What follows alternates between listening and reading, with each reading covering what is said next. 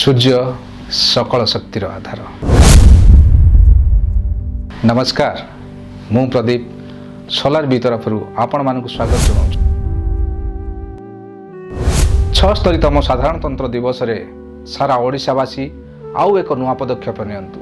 Solar system लगांतु आउ आपणक बिजुली आपण ही उत्पादन करंतु एवं मागणारे बिजुली जाळंतु।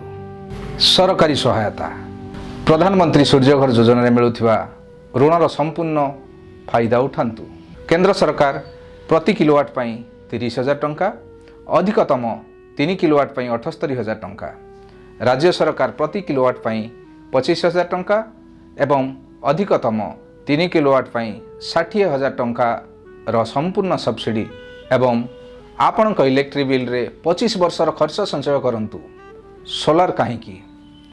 स्वास्थ्य सुरक्षा, कोयला शक्ति एवं प्रदूषण मुक्ति, श्वासगत समस्या और हृदरोगर समस्या कम, परिवेश सुरक्षा, जलवायु परिवर्तन और एसिड वर्षार प्रभाव कमाइबा, आर्थिक सुविधा, इलेक्ट्रिसिटी बिल खर्च को कम करी पैसा संचय करंतु एवं पिलांक उज्जवल भविष्य गढ़ंतु। प्रकृति को सुरक्षा दियंतु। सौर शक्ति आपण को आत्मनिर्भरशील एवं परिवेश को सुरक्षा करिवो। एहा आपणक एवं आगामी पीढ़ी पई एक सुंदर भविष्य गढ़िबो।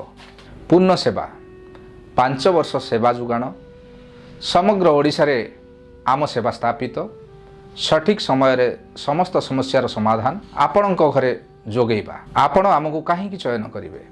समग्र भारत रे 3,500 रु अधिक प्रकल्प सफलतार सह सेवा जोगेइबा। भुवनेश्वर ऑफिस रे जोगाजोग करिबा पई संपूर्ण ठिकाना वीडियो रे दिया जाइछि। 26 जनवरी साधारणतंत्र दिवस पूर्वरु आपणक स्वप्न को साकार करंतु। आज ही जोगाजोग करी सोलार यात्रा रे आम सह जोड़ी हुंतु।